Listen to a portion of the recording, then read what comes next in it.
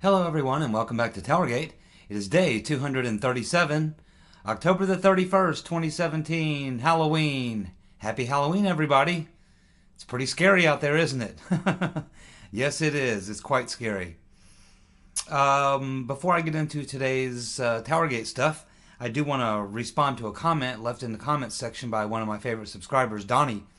And he had a couple comments in there, but the one I'm going to key on is, he's talking about the role of Nazis and all this type of stuff. And the Nazi movement in America, of course, was very strong in the 1920s, 1930s. Lots of the big elites, wealthy elites, were, of course, admirers of Adolf Hitler. We know all that. And he's talking about the fact that a lot of Nazis left Germany when they saw the war was a losing effort, and they fled to Argentina, where they also had a Nazi government. Big fans of Adolf Hitler. In fact, they traveled many times to Germany to meet with Hitler. They funded his early start in politics, and I believe it was 1942 when the very first Mercedes rolled off the assembly line. Adolf Hitler sent that car to the wife of the president of Argentina. Big fans of Adolf Hitler, good friends of his. So yeah, Argentina was a very friendly place for the Nazis to go to. And it is possible, I watched that documentary, I think it was BBC or some other documentary about Hitler having survived and gone to Argentina. And it's a compelling documentary. They have some good witnesses that they talk to, say, oh yeah, he was here and that type of thing. And I give it a certain degree of credibility. It's certainly possible. It would certainly make sense.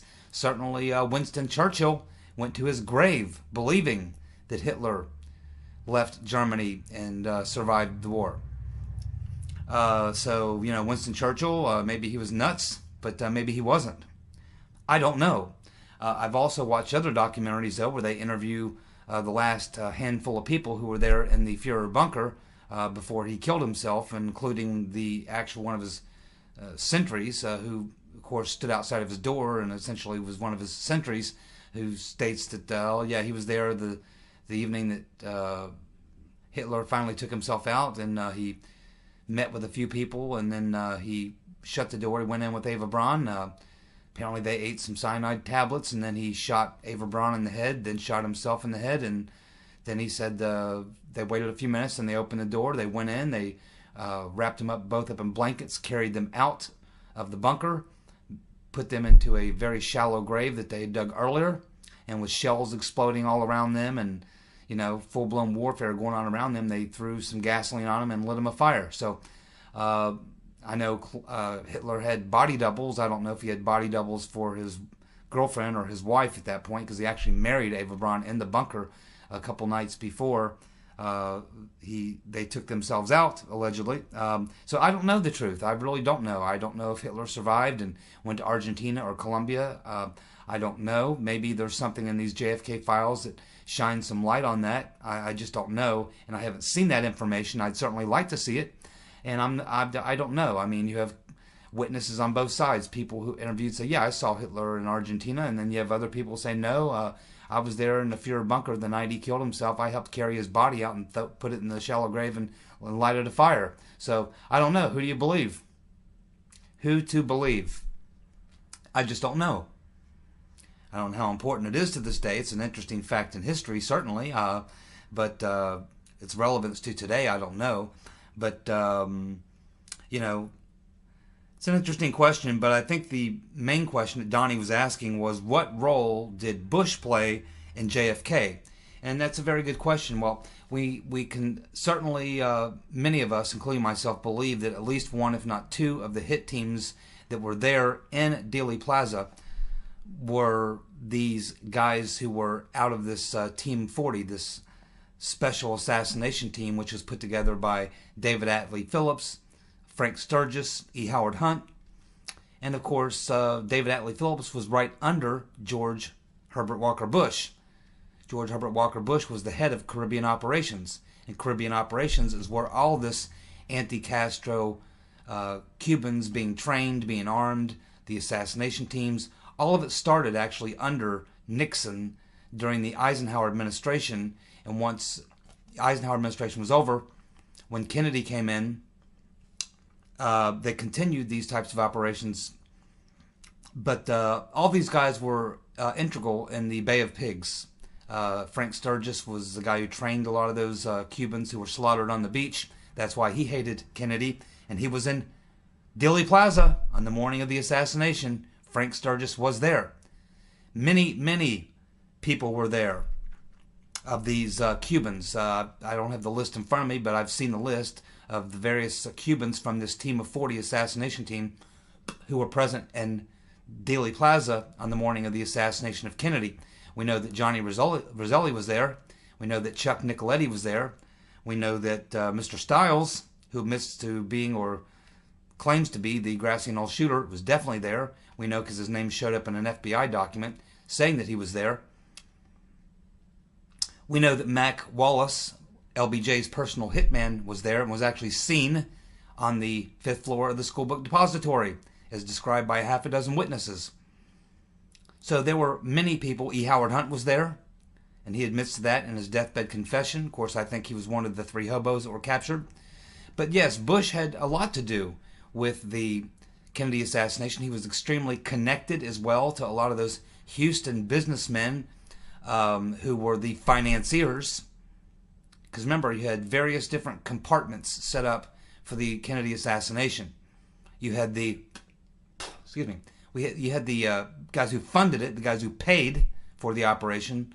That would have been Mr. Murchison and a lot of those Houston oil billionaires, all close friends of the Bushes, and Nixon, and Johnson, and Connolly. So you had all those guys who were the guys who paid for it.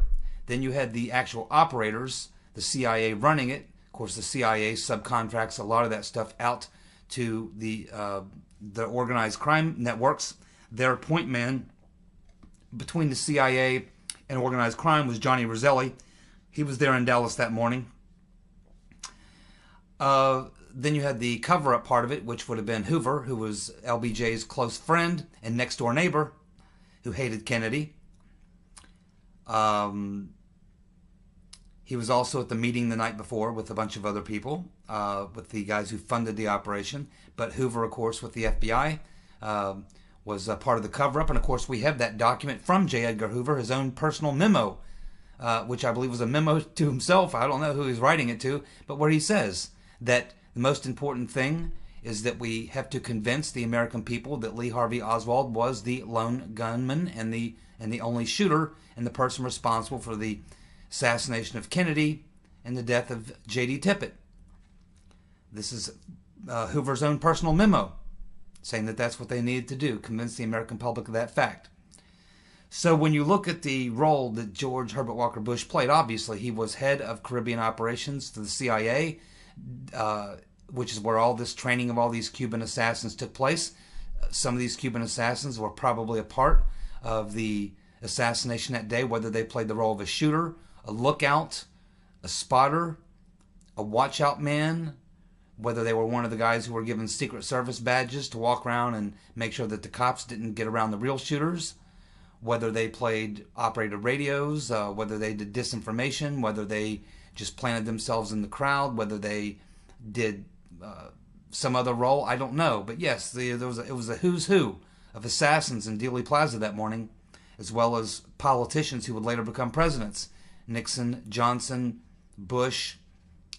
Everybody was around. Everybody knew what was going down in Dealey Plaza on November 22nd, 1963.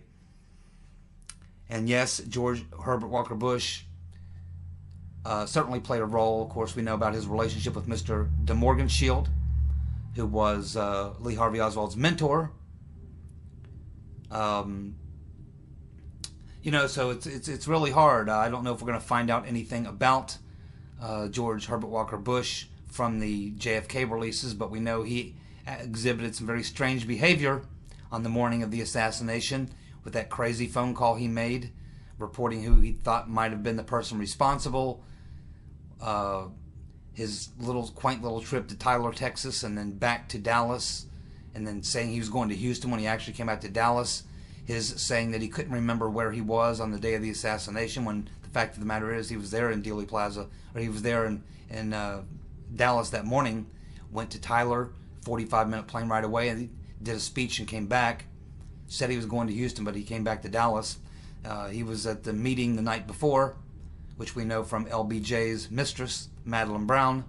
So, yeah, you can say that Bush definitely had a role in the JFK assassination. Whether it was a direct role, indirect role, it's hard to say, but certainly he would have been amongst the players. Certainly he would have been amongst one of the supporters. You've also probably all seen that speech where he makes reference to the Kennedy assassination and he smiles. He's the devil. So who knows? But it's a very good question. Well, of course, I guess everyone knows that Uncle Bob Mueller and his Hillary donor posse got their ham sandwich. They indicted their ham sandwich. They got a double-decker because they got Manafort and his partner, Mr. Gates. Based on just what I've looked at, and I'm not an attorney, but I looked at the 12-point indictment. It looks like a ham sandwich to me. I predict that Mr. Manafort will beat these charges.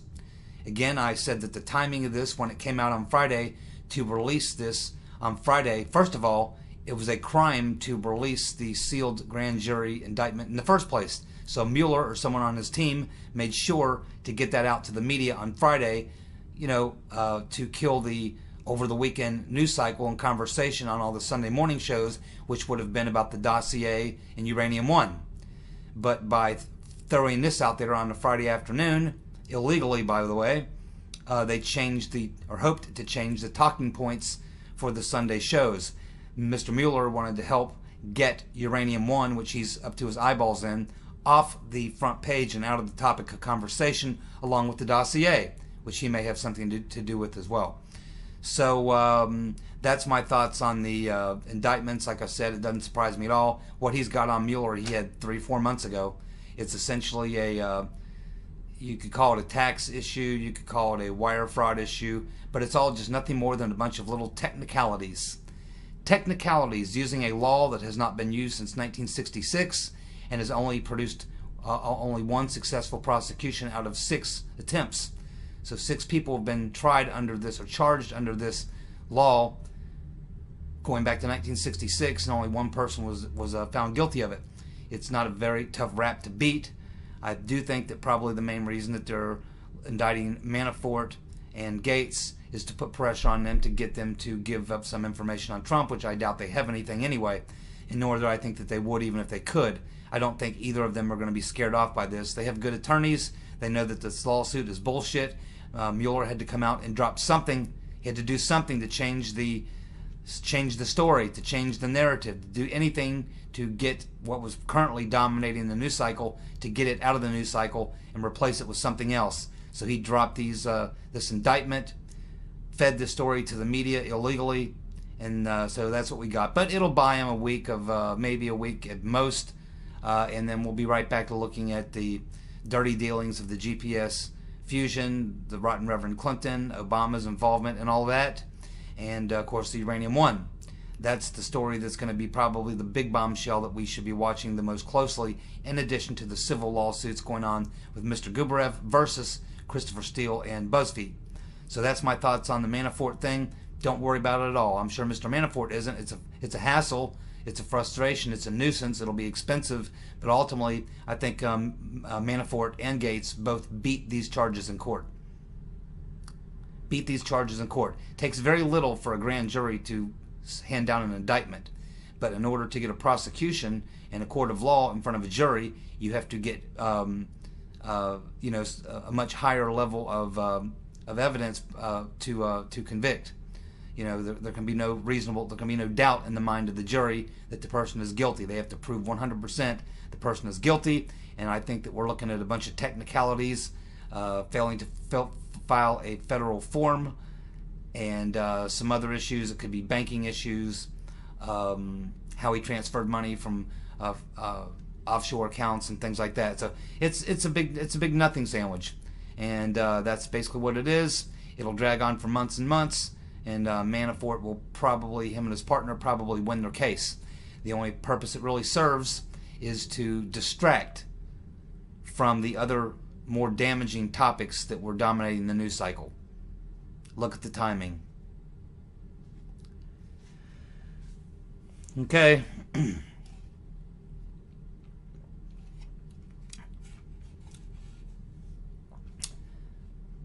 the Rotten Reverend Clinton linked Podesta Group got $200,000 lobbying for Uranium One, while the Rotten Reverend Clinton was the Secretary of State. Let me say that again. The Rotten Reverend Clinton linked Podesta Group, that's Tony Podesta's group, but I think John Podesta also has some interest in that, received $200,000 in lobbying fees as they were lobbying for one of the Russian oligarchs during the Uranium One deal. And Hillary was the Secretary of State at that time. So you have the Podesta brothers working as lobbyists for Uranium One, while Hillary was Secretary of State. And of course, John Podesta goes on to become the Rotten Reverend's campaign chair. That's interesting. Just another little fact that I'm sure will find its way into the questions of hopefully some members of Congress when they start asking the questions of the real criminals. Well, Hillary attended a little birthday party. I guess her friends in the swamp threw her 70th birthday party over the weekend. And oddly enough, Tony Podesta and Sid Blumenthal showed up. What do you think they talked about? Can you imagine a room full of Clinton and Clinton supporters and people like the Podestas and others? Sidney Blumenthal. I mean, it's like you get all those criminals in one room at one time. They probably were all talking about how they were going to avoid getting prosecuted themselves. Be my guess. They probably got pretty drunk, ate some pizza, and looked at some photographs. That's my guess. You know, Trump had a meeting with Jeff Sessions on Monday. I don't know what happened in that meeting. I don't think anybody knows what happened in that meeting because it was just between Trump and Sessions. Unless Sessions was wearing a wire.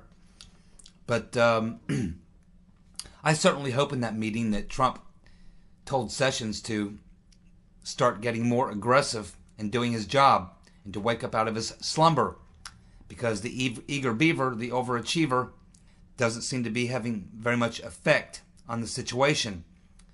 If we can see Manafort and his partner being charged or indicted on a bunch of technicalities, while we watch the other criminals on the other side go completely scot-free. And of course, Mr. Mueller should be investigating himself. Actually, he shouldn't be investigating anybody. He should be on the other side of the table being interrogated for his dealings, not just with, the Uranium One thing, but going all the way back to when he was director during 9/11. He was involved in some awfully shady activities during 9/11. I think I brought that up at one point in another video. But yeah, I would love to know what Trump said to Sessions. I'm pretty sure he didn't have the lunch with him just for the hell of it. I'm pretty sure that what Trump probably told him was, hey, you need to get aggressive, buddy. You need to wake up. You need to do your job. Take a look at what's going on around you. You know, if you can't do the job, if you don't think you can do the job, please resign. Please resign. Resign or do your job. And you got a lot of work. Got a lot of things you could be doing. Get busy. I hope that's the message Trump sent. Say something else. I continue to watch the mainstream media, and it's even on Fox. It's even on talk radio. I even hear it from Limbaugh. I hear it from various other people in the media, and it just drives me nuts because these people are so lazy. I think they sit at their computers, copy and paste,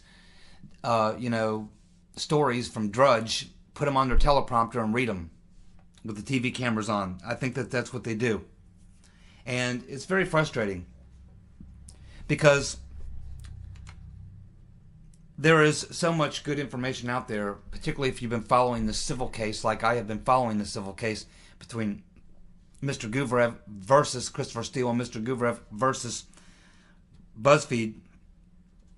In those two civil lawsuits, we have learned two very, very important things that the media continues to get wrong.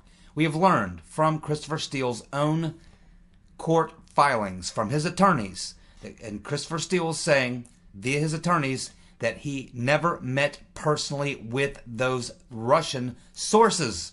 He only met with intermediaries. This is very important. Also, he stated that he did not go seek the information, that it came to him.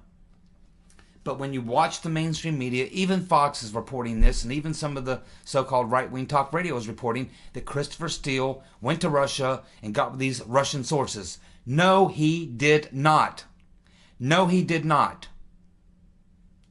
He met with intermediaries who allegedly met with these Russian sources, which has never been proven. Never been proven. But this is what people keep repeating. Oh, Christopher Steele, he went to, he met with these Russians. He went to Russia and met with these Russians. He met somewhere and met with these Russians. He went directly to these Russians. He has contact with these Russians. No, he didn't. No, he didn't. According to his own attorney, he did not meet specifically, personally, with any of these Russian sources. Everything was done through intermediaries. Are you listening? CNN, ABC, NBC, CBS, MSNBC, Fox News, all the rest. Brian Kilmeade. Are you listening? I heard Kilmeade say that this morning. Are you listening? Christopher Steele never met with those Russian sources. He met with intermediaries and paid them. Then they went and paid the so-called Russian sources. He also states that he did not go out and seek the information. It came to him. Yet, you have all these same media organizations. Yeah, Christopher Steele, he was this real crack, intelligence officer. He went out there and dug it up, man. He went out there and dug it up and dug this info and got this info and found these sources and dug all this stuff up. No, he didn't. No, he didn't. He didn't go out and dig shit. Didn't dig a damn thing. Didn't dig a damn thing. He sat there in his office in London. Through intermediaries, he got information. He didn't go out and dig up anything. And he says the information came to him. Now, since we don't have any actual proof of these so-called Russian sources, and the information was being given to Christopher Steele via intermediaries, first of all, who were these intermediaries? Were they British intelligence? American intelligence? Operators for intelligence? Contractors for intelligence? What kind of people would be intermediaries between a former intelligence official and high-level Russians? What kind of person would find themselves at a particular thing that they do in their life that they would find themselves as intermediaries, collecting cash for their efforts, passing cash on to sources, and returning with information based on that cash? What kind of people are we talking about? We're not talking about the average Joe, are we? Do you know anybody? Does any of you out there know anybody that on the side, or even as a profession, spends their time acting as an intermediary between a former intelligence official and high-level Russian ministry officials and intelligence people? What kind of people would do that? Let's see. The only type of people I can think of who might find themselves engaged in that sort of a station in life, those sorts of activities, would be people in the intelligence community. Spooks. That's the type of people that would be doing that. And who do you think that those spooks would be working for? That's a good question, isn't it? What if we find out that these intermediaries weren't communicating with any Russians at all? What if these intermediaries were playing Christopher Steele, making up these Russian sources? What if these intermediaries were intelligence operatives working for either the CIA or the FBI, or maybe British intelligence, or all three? Remember, they all work very closely together. What if Christopher Steele was being fed information by intelligence assets who were creating phony Russian sources and feeding Christopher Steele the shit, which he was then giving back to GPS, and they were happy to give it to Mr. Elias, who was, I'm sure, feeding it to his clients, the Rotten Reverend Clinton and the DNC. That sounds a lot more likely to me than what's going on here. That's what sounds like it's going on here. Because when I ask myself, when Christopher Steele says that he didn't go out and seek these people, they sought him out, that's a very important fact that no one else is picking up on, but I certainly picked up on it. where he's also saying he didn't communicate directly with these Russian sources, but rather through intermediaries. And you can only ask the logical question, well, who would that be? What kind of people communicate between former intelligence chiefs and alleged high-level Russian ministry and Russian intelligence people? It can only be other intelligence people. It's the only answer. It isn't the guy down the street that owns the car wash. It isn't the local banker. It isn't the guy that came and poured your concrete patio last week. It isn't your brother Bob or your cousin Louie. It isn't your wife's best friend. It's none of those people. It's not any average dude or chick. No, no, no. The type of people who deal in this kind of stuff are spooks. Intelligence people. That's who deals in that kind of stuff. That's who deals in that kind of stuff. And the only question then is, who were they working for? If they were seeking out Christopher Steele to give him this very information, who would have an interest in that? Who would be motivated to do such a thing? I can only think of a couple, and that would be the FBI, the CIA, or maybe working with British intelligence. That's what it looks like to me. That's what it looks like to me. That would explain why John Brennan of the CIA played the dummy role when he was asked about it in the hearings. That would explain why James Comey doesn't want to talk about it at all. That would explain why everyone's running as fast as they can away from it. Christopher Steele was awfully excited to talk about this stuff during the election campaign, but now you can't get him on the phone. When they tried to go over and question him, Nunes's committee tried to question him, he took off out the back door. He doesn't want to talk. GPS Fusion doesn't want to talk. CrowdStrike doesn't want to talk. Nobody wants to talk. Nobody wants to take credit for the dossier. Everybody's running from it. Answer this question, my friends. When we answer this question, we'll know a lot more. Who were the intermediaries? Someone needs to ask Christopher Steele, these intermediaries, who were they? Maybe Mr. Mueller knows. He went over and interrogated or questioned Christopher Steele. Maybe Uncle Bob knows who the intermediaries were. I wonder who they were working for. We need to talk to Mr. Mueller. We need to have him under oath, and we need to ask him some questions. That's the very first question I would ask him. Now, I want to finish up the video today by talking about something that I think is just extraordinary that happened over the last 7 days or so. And it has to do with his JFK files. Back about a week ago, we were all looking forward to the JFK files being released in a few days because Trump had come out and said he was going to release all the JFK files. Very bold move. If it would have been any other president, whether it was Clinton or Bush or Obama or anyone else, they would have withheld those files for another 25 years. They wouldn't have let those files go. Especially the 3,100 that are the ones that they really didn't want us to see. So then Trump's talking about, yeah, well, I'm going to release all the files. And of course, everybody started hearing about the fact that the CIA, Pompeo, and the FBI and other people coming to Trump saying, "Ah, man, you don't really want to release this stuff. This could cause problems. It could, it could give up some intelligence stuff. It could do this, could do that. It's problematic. It's very problematic. We should delay the release. We shouldn't do this release." But Trump was like, "No. I mean, I told people I'm going to release the files. It's been 53 years. I don't see what could possibly infect intelligence today, sources and methods and all that kind of stuff. Most of those people are dead anyway. People need to get the truth. I want to get the truth. I want to know the truth. I'm releasing it. I'm putting them out. Unless you can give me a good reason not to." So that was the story on Monday. Then on Wednesday, out of the clear blue sky, all over. It was all over every radio and TV and internet site. It was everywhere. All at once.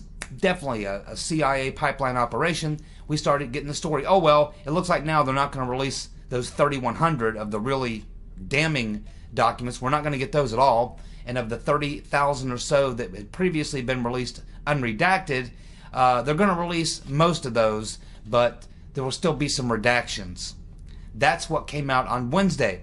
Now, that provoked a response in Donald Trump. On Thursday, 2 tweets. And I think the first one reflects that he was totally blindsided, had absolutely no idea how to even respond. I don't think he wanted to come out and say, hey, they,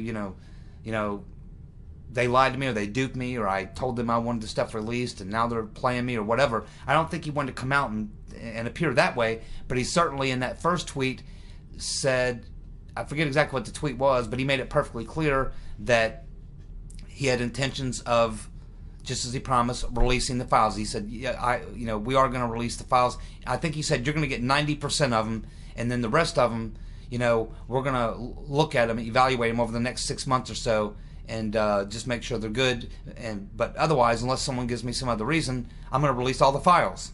So that's what happens on Thursday. Trump comes out the day after and gives us that response. So clearly what happened there was that Trump said he's going to release the files. They pleaded with him not to. He said, the hell with you, I'm going to do it anyway. And essentially the deep state, the CIA, the shadow government, whatever you want to call them, basically completely, I don't know what the word is, but I mean, they completely were disobedient. They disobeyed what Trump said, what the president said, released the files, and they put the kibosh on it. And I think that probably woke him up. Wow, if they can, I'm the president, I said release them. Who was it that could come along and suddenly change that and say, no, they're not going to release them. They're only going to do this many. They're not going to put out these 3,100. They're going to black out some of this stuff. Where'd that come from? Who ordered that? Who issued that? I thought I was the president. Ain't I the one making the call here? I think it rattled him, and I think it pissed him off. So on Friday, he comes out again with another tweet that's basically saying, yeah, most of the stuff's going to be released, and we're going to look at the stuff, and eventually all the files will come out. So, his position had kind of changed a little bit. But then comes Saturday evening, late evening, right out of the blue, he tweets out, I've now authorized the release of all the files. All the files. And the only thing that will be withheld or blacked out will be the names, addresses, and phone numbers of any CIA agents currently living. Everything else, I've ordered the complete release of all the files, and then very shortly they will be available to you. Bam! So what you had was literally a mutiny against the president. It pissed him off, and he came out and exercised his authority, overrode them, and said, no, I want all those files out. Just get them all out. Black out anyone's name that may be still alive, that worked for the CIA, but everything else, put it out. Drop it all. Bam! And now we're getting it. Extraordinary. Absolutely extraordinary. Trump standing up to the deep state. If you wondered if the dude is legit, if he's for real, well, now you know. Because that was a ballsy move. He is definitely challenging them. They're challenging him. And he's determined to show them that he is the boss. And they're not used to that. It is extraordinary. We are going to keep looking at what comes out of these files. It's been too soon. I haven't had time to hardly look at any of it. But a lot of people, researchers, are going through it now. And I think we are going to learn some things. Not that we don't already know 95% of the story, but there'll be some things I'm sure that will be fascinating to look at. So anyhow, that's the state of things today. I appreciate you tuning in. I'll be back tomorrow night. Thank you all for tuning in. Good night.